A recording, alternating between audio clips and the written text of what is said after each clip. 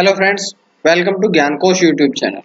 आज है 2 अगस्त और 2 अगस्त से जितने भी करंट अफेयर्स बनेंगी वो हम आज की वीडियो में चर्चा करेंगे। इसका पीडीएफ आपको ज्ञानकोश यूट्यूब चैनल का डिस्क्रिप्शन में मिल जाएगा, या मैं ज्ञानकोश टेलीग्राम चैनल पे शेयर करता हूँ, या फिर आप ज्ञानकोश फेसबुक पेज से भी डाउनलोड कर सकते हैं। तो चलिए शुरू करते हैं आज की कुछ महत्वपूर्ण करंट अफेयर्स। सबसे पहला क्वेश्चन, ओरिएंटल इंश्योरेंस की अध्यक्ष और प्रबंध निदेशक नियुक्त की गई है। तो ओरिएंटल इंश्योरेंस के अध्यक्ष और प्रबंध निदेशक किसे नियुक्त किया गया है? ये नियुक्त किया गया है एस.एन. राजेश्वरी को। एस.एन. राजेश्वरी को अब 31 मई 2022 तक ओरिएंटल इंश्योरेंस की नए अध्यक्ष और प्रबंध निदेशक अर्थात सीएमडी नियुक्त किया गया है। इससे पहले अगर बात की जाए तो इससे पहले एस.एन. राजेश्वरी जो थी वो new India insurance company limited की महाप्रबंधक थी। तो ये बात थी इस क्वेश्चन से। लेकिन अब वो ओरिएंटल इंश्योरेंस की अध्यक्ष बनी है, तो कुछ बातें ओरिएंटल इंश्योरेंस के बारे में पढ़ लेते हैं। ओरिएंटल इंश्योरेंस की स्थापना कब हुई थी? 12 सितंबर 1947 को। इसका मुख्यालय कहाँ पे है? तो इसका मुख्यालय है न्यू दिल्ली में। और अगर इसके चेयरमैन और एमडी की बात करी जाए तो दिनेश वघेला इसके चेयरमैन और एमडी है। तो ये जानकारी है इस क्वेश्चन के साथ साथ हमें ओरिएंटल इंश्योरेंस के बारे में भी जानने को मिलती है। अब हम बढ़ते हैं अगले क्वेश्चन की तरफ। उत्तराखंड के मुख्य सचिव की नियुक्ति की गई है। तो उत्तराखंड सरकार के नए मुख्य सचिव कौन बने हैं? अभी उत्तराखंड के मुख्य सचिव बने हैं ओम प्रकाश। ओम प्रकाश जी जो है वो 1987 बैच के आईएएस अधिकारी है। तो 1987 बैच के आईएएस अधिकारी ओम प्रकाश को अब उत्तराखंड का नया मुख्य सचिव नियुक्त किया गया है। लेकिन बहुत बार प्रश्न पूछते हैं कि उनकी नियुक्ति किनके स्थान पर की गई है? तो ओम प्रकाश जी की नियुक्ति की गई है उत्पल कुमार सिंह के स्थान पर। इससे पहले जो मुख्य सचिव थे वे उत्पल कुमार सिंह थे, लेकिन अब उत्पल कुमार सिंह के स्थान पर उत्तराखंड के मुख्य सचिव बने हैं ओम प्रकाश जी, जो कि 1987 बैच के आईएएस अधिकारी हैं। अब वो उत्तराखंड के मुख्य सचिव बने हैं, तो कुछ बातें हम उत्तराखंड के बारे में पढ़ लेते हैं। उत्तराखंड की राजधानी क्या है? देहरादून। उत्तराखंड के जिले कितने हैं? तो उत्तराखंड में 13 जिले हैं। और उत्तराखंड की राजभाषा की बात की जाए तो हिंदी और संस्कृत दोनों ही उत्तराखंड की राजभाषा है। उत्तराखंड राज्य का गठन कब हुआ था? तो 9 नवंबर सन 2000 को उत्तराखंड का गठन हुआ था। और एक बहुत ही महत्वपूर्ण प्रश्न कि उत्तराखंड के राज्यपाल कौन है? तो उत्तराखंड के राज्यपाल है बेबी रानी मौर्य।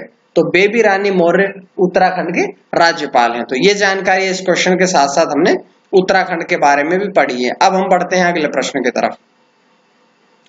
आइवरी कोस्ट ये देश है, आइवरी कोस्ट के नए प्रधानमंत्री बने हैं।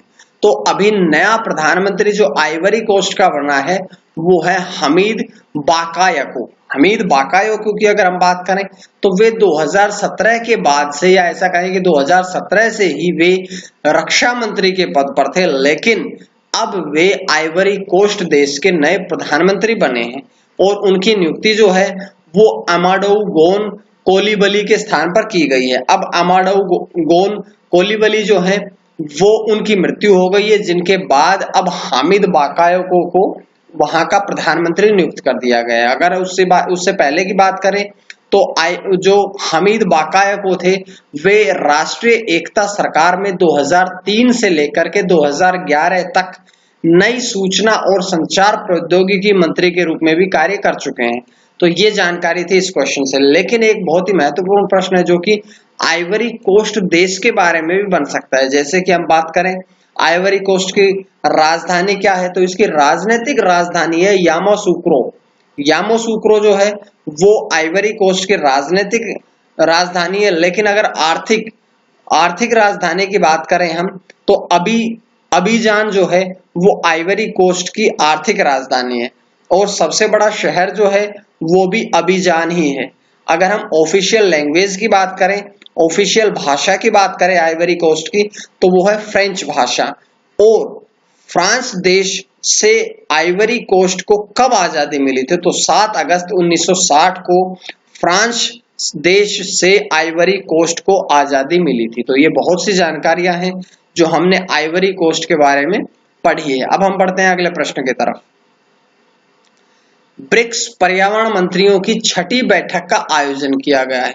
तो ब्रिक्स पर्यावरण मंत्रियों की छठी बैठक का आयोजन किसकी अध्यक्षता में किया गया है, या कौन अध्यक्ष था इस छठी बैठक का? तो रूस की अध्यक्षता में ब्रिक्स पर्यावरण मंत्रियों की छठी बैठक का आयोजन किया गया। और जैसा कि आप सभी को पता है कि कोविड-19 के कारण जितने भी सम्मेलन हो रहे हैं, जितनी भी बैठक हो रही है, वे सभी वीडियो कॉन्फ्रेंसिंग के माध्यम से ही आयोजित की जा रही है। तो ये जो अध्यक्षता थी वो रूस ने करी, वो भी वीडियो कॉन्फ्रेंसिंग के माध्यम से।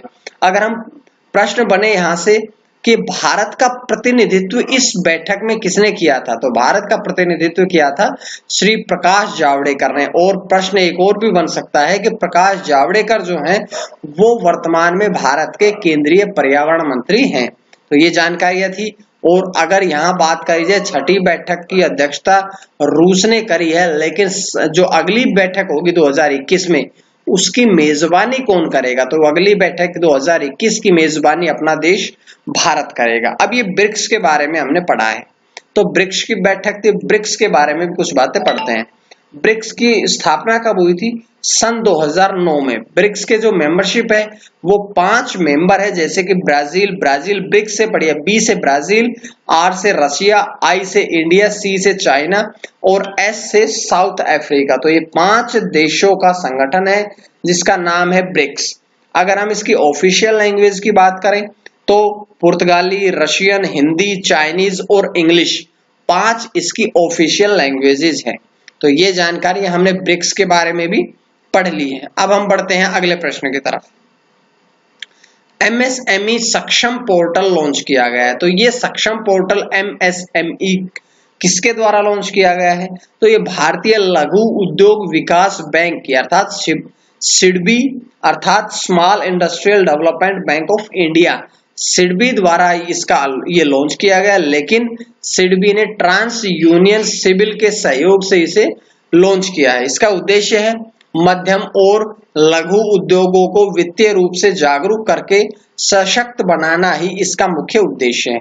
अब ध्यान करिएगा, यहाँ पर हमने एक टर्म पढ़ी है सिडबी, अर्थात सिडबी के बारे में भी हम थोड़ी बातें पढ़ लेते हैं, क्योंकि ये जो एमएसएमई सक्षम पोर्टल है ये सिडबी ने ही लॉन्च किया है। तो सिडबी की पहले तो सबसे पहले फुल फॉर्म पढ़ेंगे, small industries development bank of India, ये फुल फॉर्म है सिडबी की। अब इसकी स्थापना कब हुई थी? तो सिडबी की स्थापना हुई थी 2 अप्रैल 1990 को। इसका हेडक्वार्टर कहाँ पे है? तो इसका हेडक्वार्टर है लखनऊ, उत्तर प्रदेश में। और वर्तमान में इसके चेयरमैन और एमडी कौन है, अर्थात चेयरमैन और मैनेजिंग डायरेक्टर जो है वो है मोहम्मद मुस्तफा। तो ये जानकारी हमने सिडबी के बारे में पढ़ ली है। अब हम बढ़ते हैं अगले प्रश्न की तरफ।